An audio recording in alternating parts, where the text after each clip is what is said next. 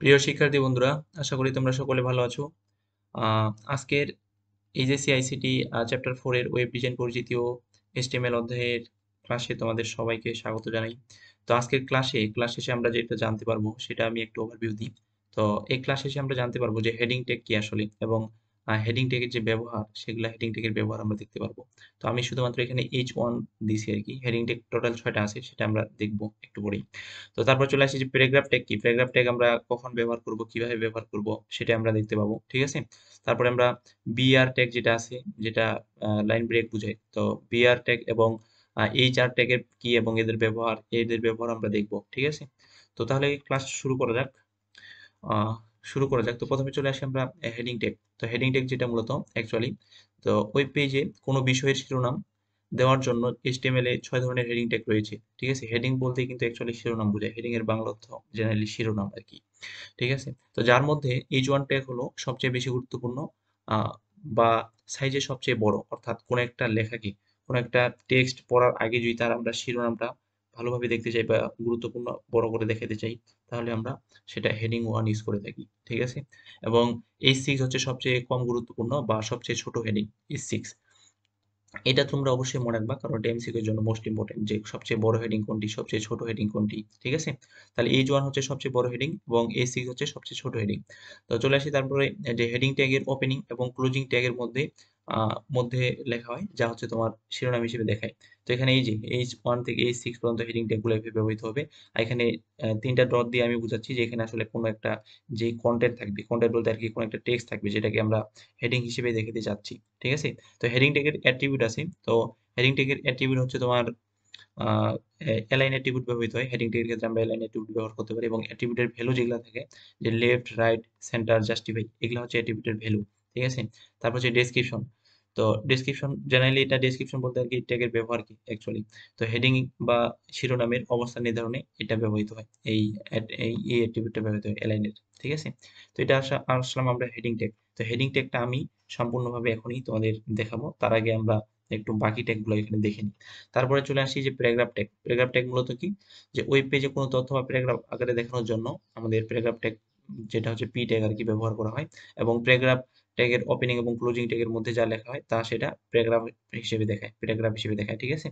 তো এক্ষেত্রে কোডে অনেক লাইন বা স্পেস থাকলেও ব্রাউজারে তা বাদ দিয়ে শুধুমাত্র একটি স্পেস রাখিয়ে দেয়।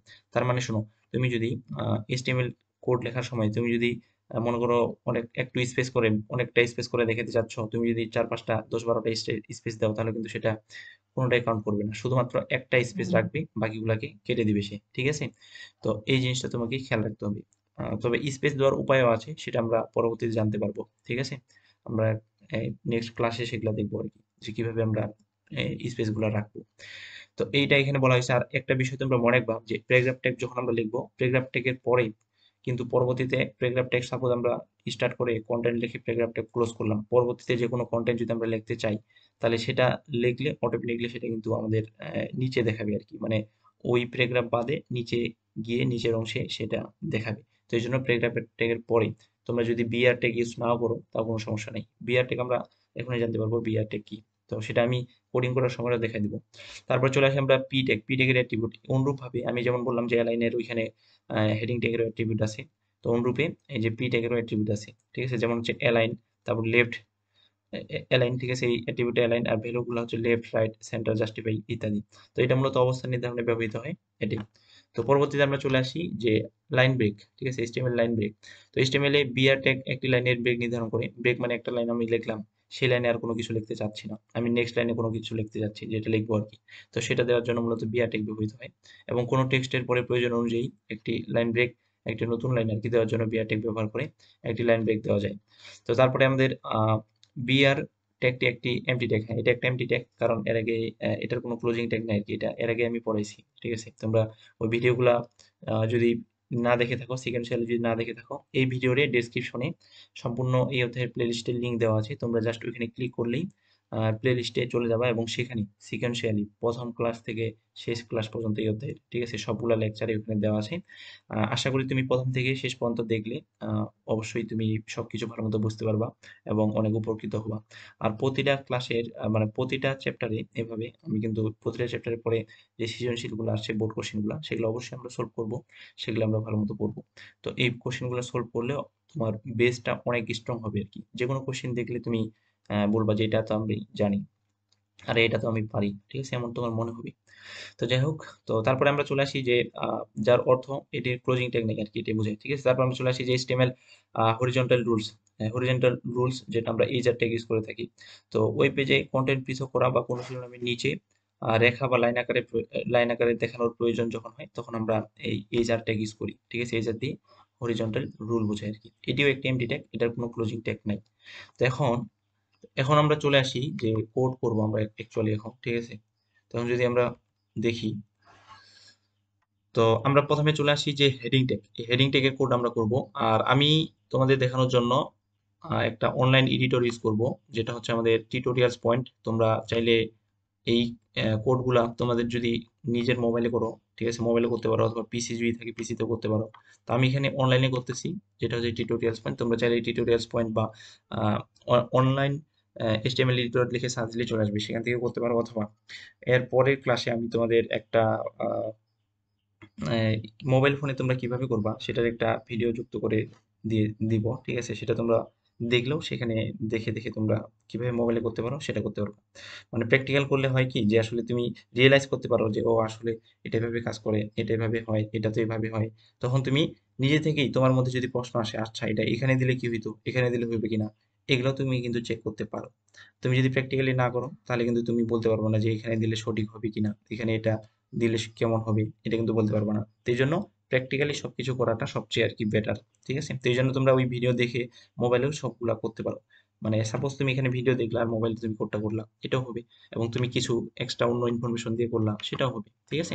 তো আমরা চলে আসি প্রথমে হেডিং ট্যাগ। তো হেডিং ট্যাগ আমরা কেন ইউজ করি? হেডিং দেওয়ার জন্য বা শিরোনাম দেওয়ার জন্য ইউজ করে থাকি। তো হেডিং ট্যাগের জন্য আমাদের H1 থেকে H6 পর্যন্ত হেডিং আমরা ইউজ করে থাকি। তো সেটাই আমি এখন এখানে দেখাবো হেডিং ট্যাগের কোড করে। তো এখানে আরেকটা বিষয় আমি বলি যে আমরা কিন্তু এর আগের ভিডিওটি, তুমি যদি এর আগের ভিডিওটা না দেখে থাকো অবশ্যই তুমি প্লে লিস্টে গিয়ে সেই ভিডিওটা দেখবা, ঠিক আছে। তারপর এর আগের ভিডিওতে আমরা যেটা করছি মূলত যে একটা HTML কোড লিখতে গেলে বেসিক স্ট্রাকচার কিভাবে লিখতে হয় সেটা আমরা দেখছি। তো সেটা না দেখে থাকলে অবশ্যই তুমি দেখবা। সেটা দেখলে আশা করি বুঝতে পারবা যে এখানে বেসিক স্ট্রাকচারটা HTML বডি, তারপর বডি ক্লোজ, HTML ক্লোজ এগুলো কেন নেওয়া হয়েছে, ঠিক আছে। তো তারপর এখানে আরেকটা বিষয় আমি এক্সপ্লেন করি একটু, যেহেতু আমরা কোড লিখতেছি যে ডক টাইপ HTML। তো ডক টাইপ HTML অনেক স্টুডেন্টের এখানে কনফিউশনের একটা বিষয় আছে যে ডক টাইপ HTML আমরা কোনো জায়গায় দেখি ইউজ করছি, কোনো জায়গায় দেখি ইউজ করে নাই। তো এটা কেন ইউজ করা হয় সেটা আমি বলে দিচ্ছি, এটা জানাটা আসলেই ইম্পর্টেন্ট। তো ডক টাইপ HTML বলতে বোঝায় যে আসলে HTML এ কিন্তু অনেকগুলো ভার্সন আছে, ঠিক আছে। এই ভার্সনের মধ্যে লাস্ট আপডেটেড ভার্সন হচ্ছে বা লাস্ট রিলিজড ভার্সন হচ্ছে তোমার HTML5 আর কি। তো ডক টাইপ HTML বলতে বোঝায় যে আমরা যে কোডটা এখন লিখবো HTML কোডটা, এটা অবশ্যই যে লাস্ট আপডেটেড ভার্সনটা যেটা আসে যেটা হচ্ছে HTML5, HTML5 এর 5 এর আর কি, HTML5 এর যেই আহ, আহ, মানে HTML5 এর যে বৈশিষ্ট্যগুলো আছে ওই বৈশিষ্ট্যগুলো দিয়ে সেটা রান হবে বা দেখাবে আর কি আমাদেরকে, ঠিক আছে। তো এই জন্য ডক টাইপ HTML ইউজ করা হয়। আর তুমি যদি ডক টাইপ HTML না ইউজ করো তাও সমস্যা নাই, ঠিক আছে। তবে ডক টাইপ HTML ইউজ না করলেও সমস্যা নাই, তোমার মানে ঠিক মতোই কাজ করবে, এইচএসসি লেভেলে ঠিক মতো কাজ করবে, ঠিক আছে। তুমি যদি বেশি কিছু নিয়ে করতে যাও, বড় কিছু ওয়েবসাইট তৈরি করতে যাও, তাহলে আমাদের ডক টাইপটা ইম্পর্টেন্ট আর কি, ঠিক আছে। তো এই জন্য এই এইচএসসি লেভেলে তোমাদের ডক টাইপ HTML তোমরা চাইলে নিলেও সমস্যা হবে না, সমস্যা হবে না, না নিলেও সমস্যা হবে না। এই জিনিসটা মনে রাখবা, ঠিক আছে। তবে নেওয়াটা বেটার আর কি, এটাই। তো তারপরে আমরা চলে আসি এই যে HTML ডকুমেন্ট লেখার জন্য আমরা HTML ট্যাগ নিছি, এটা ওপেনিং ট্যাগ। আমরা তারপর বডি সেকশনে আমরা যেই হেডিং ট্যাগগুলো ইউজ করবো এটা অবশ্যই আমরা বডি সেকশনে ইউজ করবো। তো এই জন্য আমরা বডি সেকশনে নিলাম। তারপর আমরা হেডিং, আমি এখন এখান থেকে কোডগুলো লিখতেছি। আমরা হেডিং 1 প্রথমে আমরা দেখবো হেডিং 1। তো এই জন্য হেডিং 1 দিচ্ছি। তো এখানে আমি লিখবো যে দিস ইজ হেডিং 1, ঠিক আছে, দিস ইজ হেডিং 1।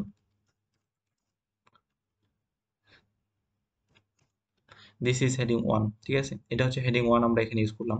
তো অনুরূপে আমরা নেক্সট যেগুলা দিব সেগুলো কিন্তু আমি এটাই কপি করি নেক্সটের বাকিগুলা দেখবো এখানে আমরা সহজে একটু করার জন্য বা টাইমটা আমাদের বাঁচানোর জন্য আমরা এটা করতে পারি, ঠিক আছে।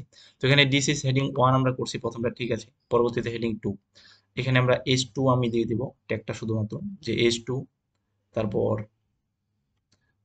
এখানেও আমি দিব H2। তো পরবর্তীতে আমাদের এখানে দিব 3। তো অনুরূপে এইটাও দেবো আমি হেডিং 3, ঠিক আছে। এখানে আমরা H3 দেবো, এটা অ্যাকচুয়ালি H3।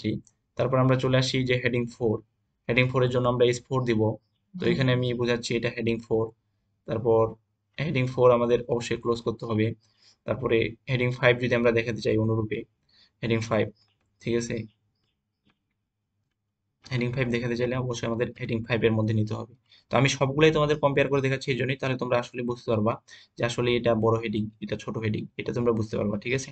তো এই জন্য এটা তোমরা একটু খাতায় লিখে রাখবা আর কি, ঠিক আছে। বা এই খাতায় যদি নোট করো, বা তোমার যে মোবাইলে যেটা আছে মোবাইলে এগুলো যদি করো, তাহলে কিন্তু তোমার বিষয়টা মনে থাকবে আর কি, প্র্যাকটিক্যালি দেখতেছো মনে থাকবে। তো এখন আমরা একটু দেখি ডিফারেন্সটা, যে এটার মধ্যে আসলে ডিফারেন্স কি। তো এদিকে আমি HTML কোডটা লিখছি, আর এদিকে হচ্ছে তার আউটপুটটা। আউটপুট বলতে আমাদের ওয়েব পেজে যেমন ভাবে দেখাবে সেটা আর কি, ঠিক আছে।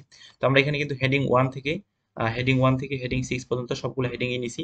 তাহলে দেখো, হেডিং বলতে আমরা কি বুঝি, যে একটা লেখাকে শিরোনাম আকারে যদি আমরা দেখাতে চাই, হেডিং আকারে যদি দেখাতে চাই, তাহলে হেডিং ট্যাগ ইউজ করা হয়।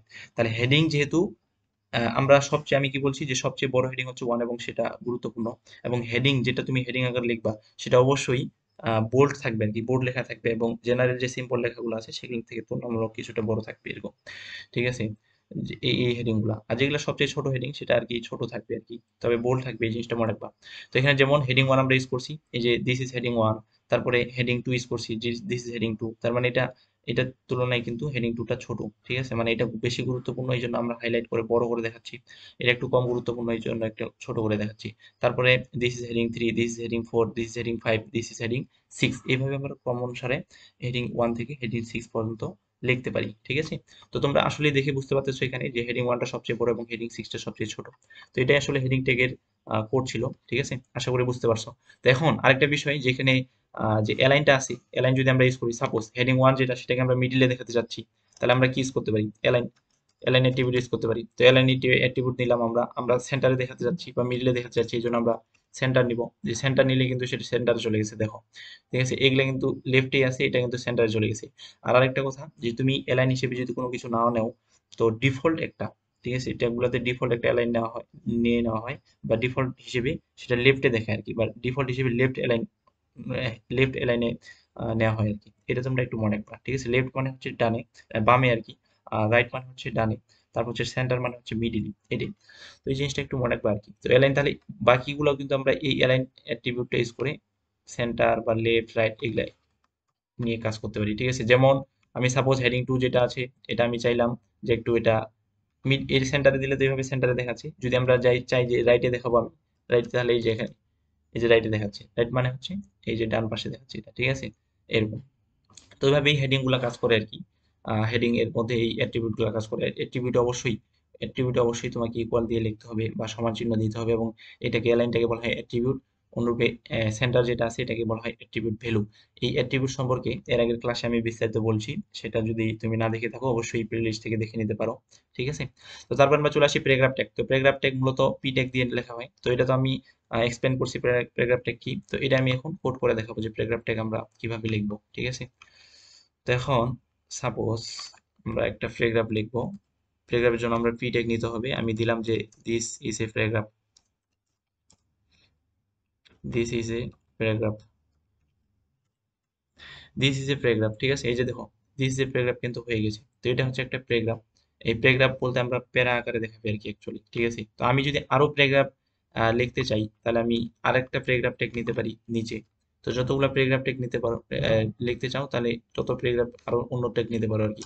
This is A this is another paragraph আমরা লিখতে পারি, এটা another paragraph, this is another paragraph, ঠিক আছে। এই যে প্যারাগ্রাফ, তো একটা বিষয় তোমরা মনে রাখবা, দেখো, এই প্যারাগ্রাফ ট্যাগ ইউজ করার পরে কিন্তু আমরা কোনো আহ, মানে লাইন ব্রেকার দিই নাই অ্যাকচুয়ালি, ঠিক আছে। এই লাইন ব্রেকার কি একটু পরেই আমি বুঝাবো।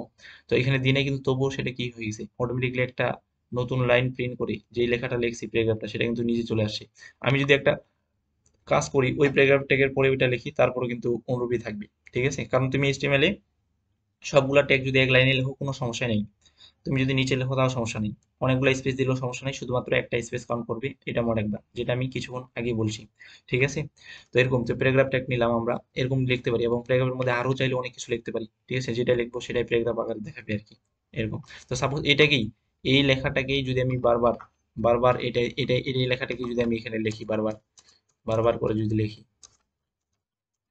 দেখো, ঠিক আছে, এই যে এই লেখাগুলোকে সাপোজ আমি বারবার করে দেখাইলাম, এই প্যারাগ্রাফটাকেই, এই যে দেখো একটা প্যারাগ্রাফ লিখলাম বড়, এই যে দেখো, এখন দেখো ডিফারেন্সটা, এইটা একটা প্যারাগ্রাফ আকারে দেখাচ্ছে বা প্যারা আকারে দেখাচ্ছে। অনুরূপে দ্বিতীয় প্যারাগ্রাফে যদি কোনো কিছু লিখতে যাও, এটাও কিন্তু প্যারা আকারেই দেখাবে। ঠিক আছে, তো এখানে এখন আমরা অ্যালাইন অ্যাট্রিবিউটটা দেখবো, প্যারাগ্রাফে অ্যালাইন অ্যাট্রিবিউট আছে। ঠিক আছে, অ্যালাইন অ্যাট্রিবিউট যদি আমরা দেখি, অ্যালাইন দিয়ে মূলত তার অবস্থানটা নির্ধারণ করা হয়। তো প্রথমত আমি অ্যালাইন, আমি বলছি একটু আগেই যে অ্যালাইন হিসেবে ডিফল্ট অ্যালাইন হিসেবে লেফট থাকে। তো আমরা এখানে সেন্টার দেখবো, যে অ্যালাইনে আমরা সেন্টারে রাখতে চাই। ঠিক আছে, তো সেন্টার যদি দেখতে চাই, তাহলে সেন্টার হচ্ছে মিডিলে, মিডিলে এই যে দেখো মিডিলে দেখাচ্ছি, আমি যদি একটু এইভাবে দেখাই, দেখো, ঠিক আছে, মিডিলে দেখাচ্ছি, এই যে একটু মিডিল থেকে শুরু হয়েছে। ঠিক আছে, আর এটা হচ্ছে রাইট থেকে শুরু হয়েছে, এটা বুঝাই। আর এখানে যদি আমরা আরেকটা বিষয় ইউজ করি, যদি রাইট দিয়ে আমরা রাইটে দেখাবে, সেন্টার না ইউজ করে যদি রাইট দিই, এবার রাইট দিলে এই যে রাইটে দেখাচ্ছে। ঠিক আছে, এখান থেকে শুরু হয়ে রাইটে গেছে, এই যে প্যারাগ্রাফ শেষে যে প্যারাগ্রাফটা আছে এটা রাইটে চলে গেছে। আর যদি আমরা এখানে চাইলে জাস্টিফাই ইউজ করতে পারি, তো জাস্টিফাই কি করবে, একটা লেখাকে একেবারে, এই যে দেখো জাস্টিফাই, দেখো কি হইলো কাজটা, এই যে এখান থেকে শুরু হয়েছে একেবারে যেখানে সেখানে কিন্তু জাস্টিফাই মানে এমন ভাবে হয় যে এখান থেকে যেখানে লাইন শুরু, ওই দিকে একেবারে সবার শেষের দিকে শেষ। ঠিক আছে, লাইনটা যদি ছোট বড় হয় তাও এটা করবে আর কি। ঠিক আছে, তো এখানে যেটা কাজ করে, যে এদের মধ্যে যে স্পেস গুলো আছে ওয়ার্ডের মধ্যে, জাস্টিফাই করার জন্য স্পেসটা অনেক সময় কম বেশি নিয়ে সেটাকে একেবারে ফিল আপ করে দেয় আর কি। ঠিক আছে, এরকম আর কি, এটা হচ্ছে জাস্টিফাই এর কাজ। তো এইভাবে আমরা ইউজ করতে পারি। তো এই অ্যাট্রিবিউটটাই যদি আমি এখন নিচের দিকে নিই, যেটা হচ্ছে তোমাদের আরেকটা নিচের প্যারাগ্রাফ আছে, এটাতে যদি আমরা নিই, এখানে ক্ষেত্রে দেখো এখানে কিন্তু এই লাইনটা এখানে শেষ, মানে সম্পূর্ণ লাইনে যায়নি, এই জন্য কিন্তু জাস্টিফাইটা বোঝা যাচ্ছে না, জাস্টিফাই কাজ করতেছে না। যখন একটা কয়েকটা লাইন থাকবে তখন জাস্টিফাইটা ভালো মতো বোঝা যাবে। তো এটা যদি আমি সেন্টারে নিতে চাই, এখন সেন্টারে যদি নিতে চাই, এই যে সেন্টারে চলে গেল বা মিডলে চলে গেল। ঠিক আছে, এরকম। আর লেফটে যদি আমরা নিতে চাই, লেফটে তো অলরেডি আছে, যেটা আছে সেটাই লেফট আসলে, তো এই জন্য লেফট নিলে যেখানে আছে ওখানেই দেখাবে অ্যাকচুয়ালি, এটাই। তো এইভাবেই প্যারাগ্রাফ ট্যাগটা কাজ করে। আশা করি তোমরা বুঝতে পারছো প্যারাগ্রাফ ট্যাগের, প্যারাগ্রাফ ট্যাগের জন্য পি ট্যাগ ইউজ করতে হয়, এটা তোমরা একটু মনে রাখবে অবশ্যই। তা অনেক সময় এখন একটা বিষয় আছে, যে পরবর্তী যে কোডগুলা লেখা হয়, তাহলে সেই কোডগুলা অনেক সময় কিন্তু দেখো যে তোমরা প্যারাগ্রাফ নিয়ে লেখে, অনেক সময় দেখো তোমরা প্যারাগ্রাফ না নিয়ে এমনি লেখে। তো এটা হচ্ছে তোমার উপর ডিপেন্ড করবে, যে তুমি যে লেখাটা লিখতে চাচ্ছ একটা ওয়েব পেজে, সেটা কি তুমি প্যারাগ্রাফ আকারে দেখাতে চাচ্ছ নাকি এমনি দেখাতে চাচ্ছ, সেটা সম্পূর্ণ তোমার উপর ডিপেন্ড করবে, বা ওই ডিজাইনারের উপর ডিপেন্ড করবে। ঠিক আছে, তো এই জন্য সেটা তুমি যদি প্যারাগ্রাফ ট্যাগের মধ্যে কোনো কিছু একটা লেখো তাও সঠিক, তুমি যদি না লিখে এমনি লিখতে চাও সেটাও সঠিক হবে। ঠিক আছে, আর তোমাকে যদি স্পেসিফিক ভাবে বলেই দেয় তাই এখানে একটা প্যারাগ্রাফ লেখো, তাহলে অবশ্যই তোমাকে সেই প্যারাগ্রাফটা নিতে হবে, এটাই। তো পরবর্তী আমরা চলে আসি যে HTML line breaker. Line breaker মানে এখন আমরা কি বুঝাই, যে দেখো এখানে যে আমি নিলাম প্যারাগ্রাফ ট্যাগ, যে এগুলা যে নিলাম আমি, তো এখন দেখো এগুলা কিন্তু একেবারে কন্টিনিউয়াসলি চলতে আছে। ঠিক আছে, একটা লাইন সম্পূর্ণ না হওয়া পর্যন্ত কিন্তু কন্টিনিউয়াসলি চলতে আছে। তখন আমি দেখাতে চাচ্ছি এরকম, যে this is a paragraph, this is a প্যারাগ্রাফের এখানে আমি চাচ্ছি যে এটা একটা আলাদা লাইন করে দেখাবে, পরবর্তী যে লেখাগুলো আছে সেগুলো আলাদা করে দেখাবে। তো এটার জন্য আমরা লাইন ব্রেকার ইউজ করি, যেটা আমরা বিআর ট্যাগ ইউজ করে থাকি। এই যে বিআর ট্যাগ ইউজ করলাম, দেখো দিস ইজ এ প্যারাগ্রাফ এর পরে এই লাইনে আর কোনো কিছু লেখা নাই, মানে এই লাইনটা ব্রেক করা হয়েছে, ব্রেক মানে এখানে এই লাইনটা শেষ করা হয়েছে। ঠিক আছে, পরবর্তী যে লেখাটা লিখবো সেটা নেক্সট লাইনে চলে যাবে। তো এই জন্য পরবর্তী যে লেখাটা লিখতেছি সেটা এই যে পরবর্তী লাইনে চলে আসে। আবার সাপোজ আমরা this is a paragraph, this is a paragraph দুইবার লেখার পর সাপোজ এখানেও আমরা আরেকটা বিআর ইউজ করতে চাচ্ছি বা লাইন ব্রেক করতে চাচ্ছি, এই যে দেখো এটা আমরা দুইবার লেখার পরেও এখানে আমরা লাইন ব্রেক করলাম, ব্রেক করার কারণে কিন্তু এই যে লাইন ব্রেকার এখানেও ব্রেক হয়ে গেছে, নেক্সটে চলে গেছে। তো এইভাবে আমরা লাইন ব্রেকারটা ইউজ করতে পারি। ঠিক আছে, তো যখন তোমাদের কোশ্চিনে এরকম থাকবে যে একটা উপরের লাইনে আছে, দ্বিতীয়টা নেক্সট লাইনে আছে, এই জন্য তোমরা তখন ওখানে অবশ্যই লাইন ব্রেকার ইউজ করবা বা ব্রেক লাইন ব্রেক ইউজ করবা আর কি। ঠিক আছে, তো তারপরে আমরা আসি হরিজন্টাল রুল। হরিজন্টাল রুল বলতে কি বোঝায়, যে সাপোজ হরিজন্টাল রুল বলতে বোঝায় অনুভূমিক রেখা। সাপোজ আমরা এই যে উপরের এই প্যারাগ্রাফটারে লাইন ব্রেকার যেখান পর্যন্ত ইউজ করছি, এখানে দেখতে যাচ্ছি এগুলো উপরে আর এগুলা নিচে, দুইটাকে আমরা সেপারেট করতে চাচ্ছি একটা লাইন দিয়ে, যেটা হচ্ছে তোমাদের হরিজন্টাল লাইন বলে থাকি বা হরিজন্টাল রুল বলে থাকি অ্যাকচুয়ালি। ঠিক আছে, অনুভূমিক রেখা আর কি বা লাইন। তো এটার জন্য আমরা এই জার ট্যাগ ইউজ করতে পারি। এই জার ট্যাগ যদি আমরা নিয়ে নিই, তোমরা দেখো যেখানে একটা লাইন হয়ে গেছে কিন্তু। ঠিক আছে, এই যে তার মানে কি বোঝাচ্ছে, এটা একটা সেপারেট করে দিল না, উপরে একটা আলাদা অংশ নিচের একটা আলাদা অংশ, এটাই হচ্ছে এই জার ট্যাগের কাজ। আর আমি বলি যে বিআর আর এই জার দুইটা ট্যাগেই কিন্তু আমাদের কি দুইটাই কিন্তু আমাদের এমটি ট্যাগ, এই জন্য এদের জন্য কোনো ক্লোজিং ট্যাগ লাগে না, এবং এই জন্য আমরা এখানে কোনো ক্লোজিং ট্যাগ ইউজ করি নাই। দেখো এখানেও যদি আমরা ইউজ করি, এভাবে ইউজ করি, এই জার ট্যাগ ইউজ করার কারণে একটা লাইন, মিডিল একটা লাইন পেয়ে গেছি। তো এটাই হচ্ছে অনুভূমিক লাইন আর হরিজন্টাল রুলের এটা হচ্ছে ব্যবহার। ঠিক আছে, তো আজকের ক্লাসটা আসলে এই পর্যন্তই ছিল। আশা করি তোমরা সকলে বুঝতে পারছো। আর আমার সাথে কোড করার সাথে সাথে অবশ্যই তোমরা মোবাইল ফোনে কোড করবা অথবা খাতায় লিখে নিবা অবশ্যই, এটা কিন্তু ইম্পর্টেন্ট। ঠিক আছে, তো আজকে তাহলে এই পর্যন্তই। ভালো থাকো সবাই। তো এতক্ষণ থেকে ক্লাসটা দেখার জন্য ধন্যবাদ সবাইকে। ওকে।